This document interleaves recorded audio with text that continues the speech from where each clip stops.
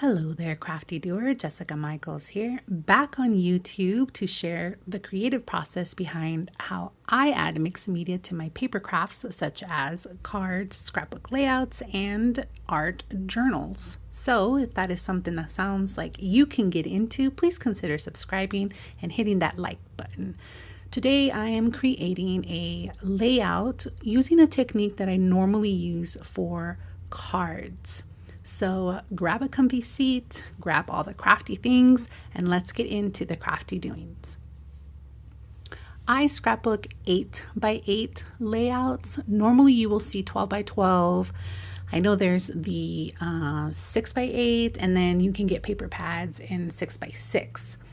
The problem I face with scrapbooking this size is that usually you get these beautiful full page spread 12 by 12s, and I can't use them. So like you see in this page from Pretty Little Studio in their latest collection, Love is Kind, they had that border that went around. I went ahead and cut it, and I am going to show you how I'm going to use it. So here's my little caddy of scraps I have kind of categorized. Normally for this technique, I would have already have a full page of a design. Usually they're rejects of a project, or even just like gel prints or scraps that I kind of have in my stash. But because I didn't want to cut out a completely clean page for this, and I looked through my stash and there wasn't really anything that that really popped for me. Plus I had these scraps. I went ahead and used these, but I'll show you how I use them, and then I'll remind you how you can use your gel prints or scraps that you may already have. So I cut out a few strips, or one more strip to add to the set. And what I'm going to do is get some mint tape. You can get Scotch tape or masking tape or whatever you have on hand. All I'm really doing here is taping them together, because when I flip it over, then I'm going to create. So again, normally this would already be, let's just go with like a gel print. So this would already have like some kind of design on it. The idea is that you're adding to it to make it look cohesive, so that in the end you will cut it up into strips and then use those strips on a card, or at least that's how I use it with the technique that I use. So I'm going to grab some Mod Podge. I am actually in need of finding a new medium, a new gel medium. I've had this Mod Podge for the longest time, but recently I've been getting into cut and paste, collage, art journaling, so I'm really very low. If you have any recommendations, I'd appreciate if you comment below. I know Liquid-X is a big one that I'm considering, but let me know what you use. So after tearing apart the edges of that beautiful pattern paper, I'm going to go ahead and adhere them with the Mod Podge, just sporadically around this this paper here. And I'm just trying to make sure that it's glued down completely, and then just different pattern papers here and there, because I don't want it to look very uniformed, especially after we start adding some more medium. So speaking of more mediums, that's going to be another good reason why to invest in a better gel medium, because I'm going to add more liquid mediums on top of this, and I don't want it to seep in through my cardstock. The cardstock that I'm using is, I think, either like a 60 or an 80 pound. It's not very thick. It's not mixed media cardstock. It's not watercolor. It's not very thick, but using even just this, plain Mod Podge is going to seal it, and that's going to help prevent all the liquid or any other liquid medium that you end up putting onto the paper. So let's dry this really quick. I always like to also pick up the project and dry from off the surface, and also dry it from the back. It just helps speed up the drying process a little bit. Essentially, by the way, what I did here is paper collage, and I happen to use the leftover pattern paper from that 12 by 12 because I didn't want it to go to waste, and also I wanted to utilize my entire 12 by 12 in ways that I could for my 8 by 8s. But you can use magazine scraps or book scraps or whatever you have on hand, tear it apart and start gluing it on your paper. That's what I do in my art journals. That's what I've done on cards. And now I figured I can translate that technique onto a layout somehow. So that is the purpose really of today's technique. So specifically for this technique, I'm going to go ahead and grab this gesso paste. And the idea here is that I just kind of want to add it to the edges of the scrap pieces of paper and kind of make it look like it's blending into that white backdrop. I'm going to go ahead and clean my craft mat by spritzing a little bit of water and using my scraper tool. The mediums I've used so far come right off. I love this glass craft mat. It's by Glassboard Studio. It is also magnetic. It comes with, or you can get it with, super strong magnets, and they have other stuff like magnetic rulers. They have this Hexaflex organizer to organize your tools on your desk that I really want to get. But I've been stalling on that. The design, by the way, is designed by yours truly. I entered a contest that they had last year, and they selected my design among others to be featured in their monthly limited edition craft mat. I don't think you can get it anymore, but the whole design has inspired this revamp of my brand all over socials. So you can kind of see where my new branding came from. So moving right along to our project.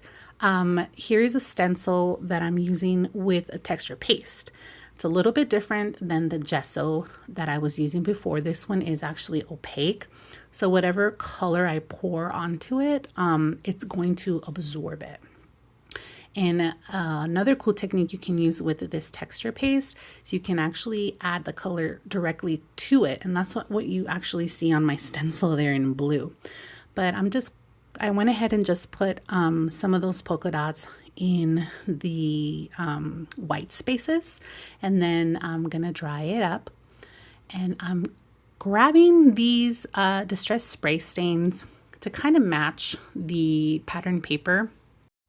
I am first going to clip this little piece of paper off because it's bugging me visually before moving forward. But in no particular order, I'm going to start with fossilized amber. And the way I'm going to do it is spritz a little bit of water in the areas where I plan to spritz the spray stain. This just helps the spray stain move around the project a little bit. You don't have to do this. If you skip this step and just went straight for the spray stain, you're pretty much committed, and then it's saturating. So I'm trying to get through this technique quickly and not as bold because I want the pattern paper to really come through. So next I'm going to use the salvage patina. Same technique applies. Spritz a little water, spritz a little spray stain, and at the same time with your heat drying tool, you maneuver your paper, use your fingers if you need to, and continue the process with every color that you're going to use. Unless you're trying to mix colors, then obviously you leave it a little bit wet so that they're able to do that. But that's not my goal here. My goal is to have different sections with different colors, and maybe towards the edges of those colors blend a little bit. And I think that's just a natural effect from this technique. So the last color is the flamingo, and same thing, same technique applies. I do use my cloth to dabble some of the liquid off just so I can have a faster time with drying. But you can see how the opaque texture paste absorbed that color, and it just pops. And now you can most definitely see those circles that I got from the stencil, which I think is super cute.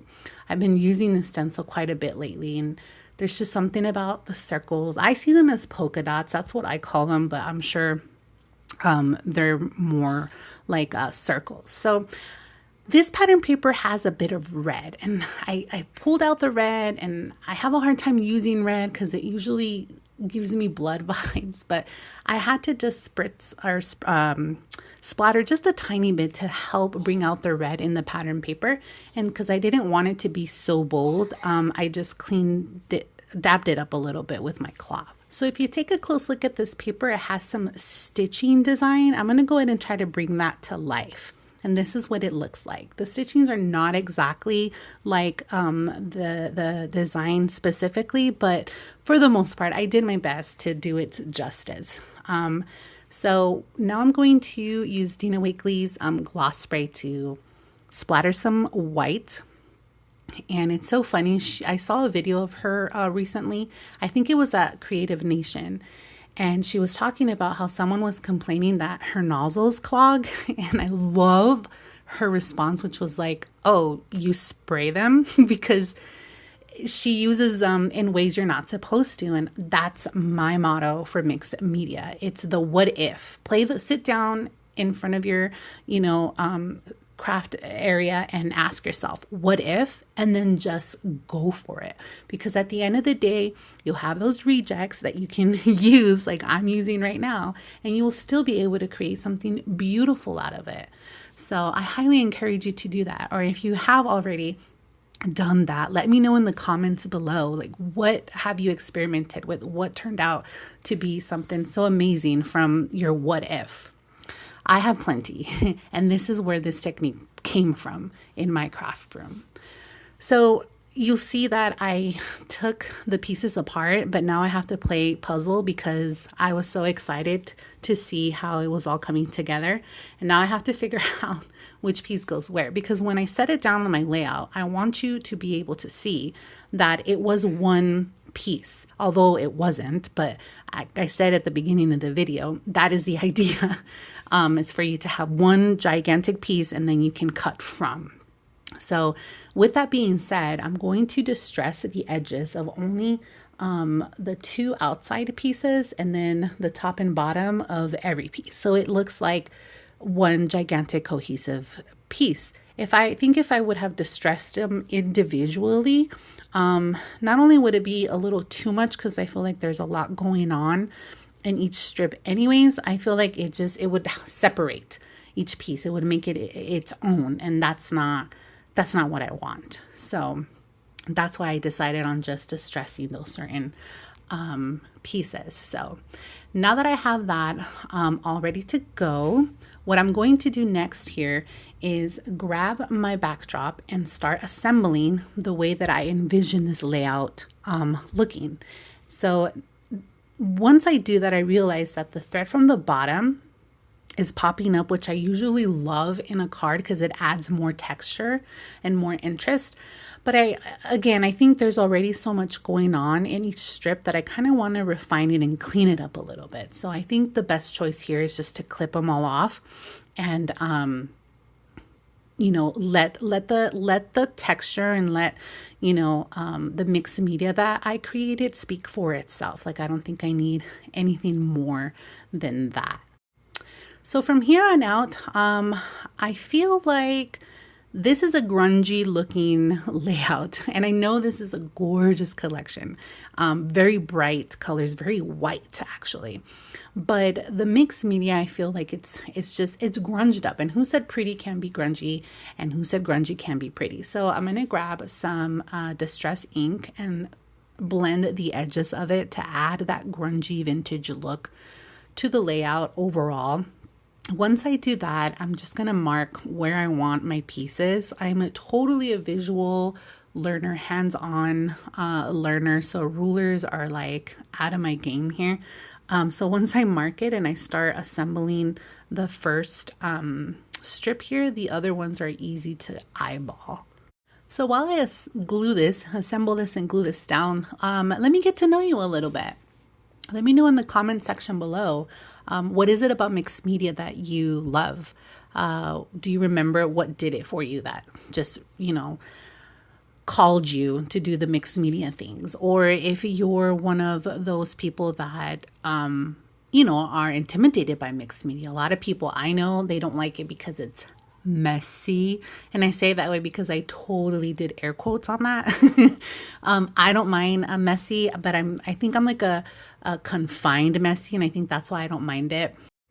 I would also like to share a little bit about myself. I don't think I've ever really done that. So I've been crafting ever since I can remember. I didn't really invest in paper crafts until about 2023 when I saw someone's creative process in their art journal. I was immediately obsessed, and then I jumped into scrapbooking. I think that is just such an amazing form of memory keeping, especially if you have littles like I do. And then for really quick therapeutic sessions, I do card making. I started sharing my art across social media a couple years ago, and then God put me through some life-changing seasons.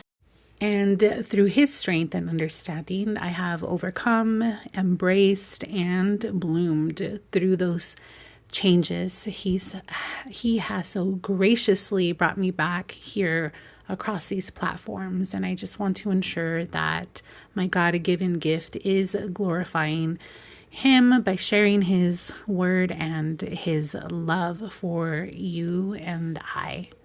So back to our project, I noticed that the sentiment I'm using for this layout was too clean. So I just ink blended the edges with the same color I used for the backdrop. I'm going to adhere these photos with foam tape because the mixed media that I have created is very textured. And so I want to make sure that when I adhere these photos, they're not wonky or wobbly. So the foam tape is really going to help. I decided to print these photos in black and white. In fact, it's not a true black and white. It's more of a off gray. I think that it really pops off on top of the bright colors of the background of this beautiful pattern paper. I'm adding foam tape to the sentiment for the same reason that I added foam tape to the photos, so that it'll help with an even placement on top of all of that texture. And I did adhere the sentiment, if you look at the F, right on the edge of that strip, and I may or may not change that later, we'll see. But the ephemera I'm going to use on this layout is this collection of hearts of all sizes and colors. And I don't think you need much explanation for the placing of this, so if you don't mind, I'm going to go ahead and speed up the video at this time.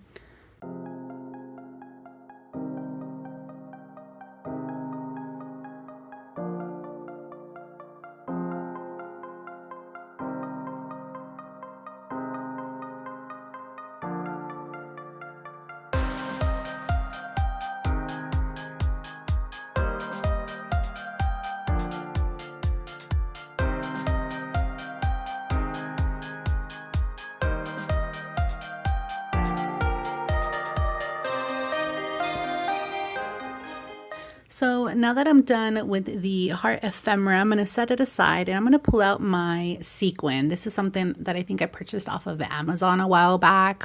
There's so much in here that I don't think it's ever going to end. But I love adding sequin to my projects to add layers to the clusters, and it just also gives it a little pop of color and shimmer. So I'm going to go ahead and speed up this process as well too.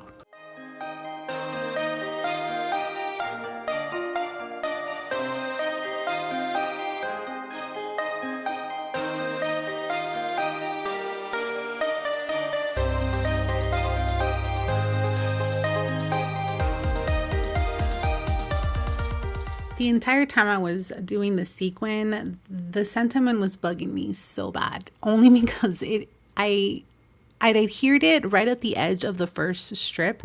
So I'm just going to use my heat drying tool to remove the adhesive from the photos, and then just kind of glue it like, I don't even know, a quarter of a centimeter to the left.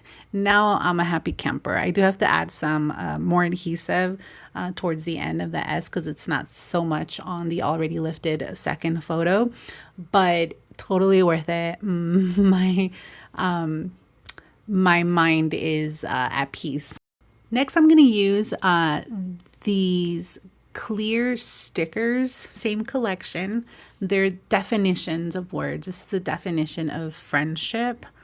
I like the idea that they're clear, but I haven't been able to use them clear. So I feel like if I would have used them clear here, it would be too bumpy. I couldn't add foam because you would see the foam. So I just end up cutting it with the backing and then adhering it to the paper. And I think that's, I think it's a good choice. So lastly, which I always forget, I want to add some more white gloss splatters, and I never know when to add it before adding the ephemera, and I usually end up having to splatter it towards the end. It adds another layer to the clusters, and I'm totally fine. I think it's a pretty cool look to have the splatters on top of the ephemera. Anyways, but after this step, there you have it. You have your mixed media layout. I would love to see what you come up with. Maybe a little less mixed media, a little more. But please tag me at Jessica Michaels or the Crafty Doings. Find me all over social media.